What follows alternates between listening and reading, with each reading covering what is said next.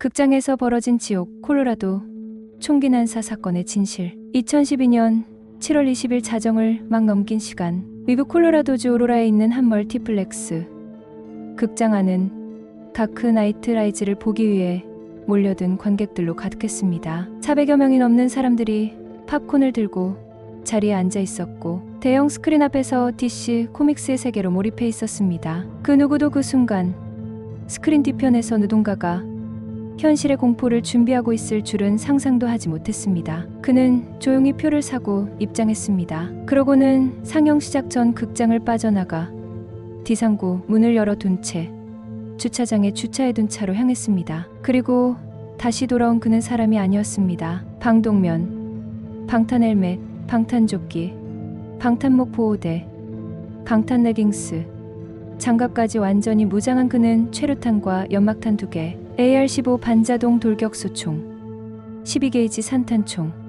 그리고 49경 글로콘 총 2정을 들고 있었습니다. 관객들이 영화를 보기 위해 모여든 이 극장은 순식간에 그만의 전장이 되었습니다. 영화 속 총성이 울리던 그 순간 실제 총성이 겹쳤습니다. 그는 연막탄을 투척하고 천장을 향해 한 발을 쏜 뒤 관객들을 향해 무차별로 총격을 가했습니다. 분당 60발 이상이 터져나가는 총소리는 비명과 함께 얽혀 극장 전체를 아수라장으로 만들었습니다. 누군가는 도망치려다 발에 걸려 넘어졌고, 누군가는 밀쳐지고 밟히는 혼돈 속에서 총알을 피하지 못했습니다. 이중 AR-15는 고용량 드럼 탄창을 장착하고 있었지만 중간에 탄피가 걸려 재미나면서 다행히 더 큰 피해는 막을 수 있었습니다. 이 총격으로 10명은 현장에서 즉사했고, 중상을 입은 2명이 끝내 숨졌으며 부상자만 58명에 달했습니다. 살아남은 사람들 중에는 토론토에서 총격 사건을 겨우 피해 살아남은 여성이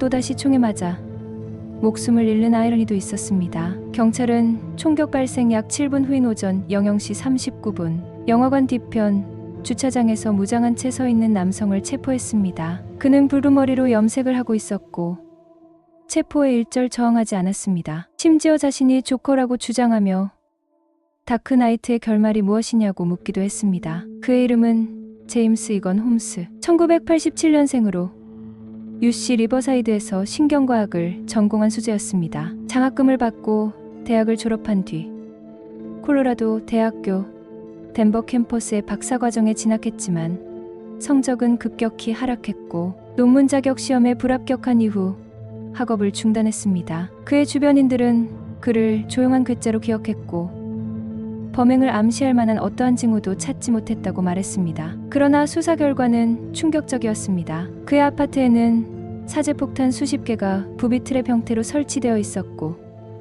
해체하는 데만 반나절이 소요됐습니다. 수천 발의 실탄과 추가 무기들이 쏟아져 나왔고 이 모든 무기가 모두 합법적 경로로 구매된 것이었단 점은 미국 사회를 또 한 번 충격에 빠뜨렸습니다. 검찰은 그를 160억 원의 범죄 혐의로 기소했으며 2013년 사형을 구형했습니다. 하지만 2015년 8월 배심원단은 그의 정신질환을 이유로 사형이 부당하다 판단했고 법원은 그에게 가석방 없는 종신형 실유예와 징역 3,318년을 선고했습니다. 미국 역사상 최악의 총기 난사범 중 하나인 그는 현재 교도소 독방에서 복역 중입니다. 이 사건은 미국 정치와 사회 전반에 걸쳐 파장을 불러왔습니다. 버락 오바마 대통령과 공화당 대선 후보였던 미론니까지 모두 사건에 애도를 표했으며 영화사인 워너브라더스는 예정된 갱스터 스쿼드의 총기 난사 장면을 삭제하고 개봉일을 연기하는 등 긴급 조치를 취했습니다. 브루스 웨인 역의 배우 크리스찬 베일은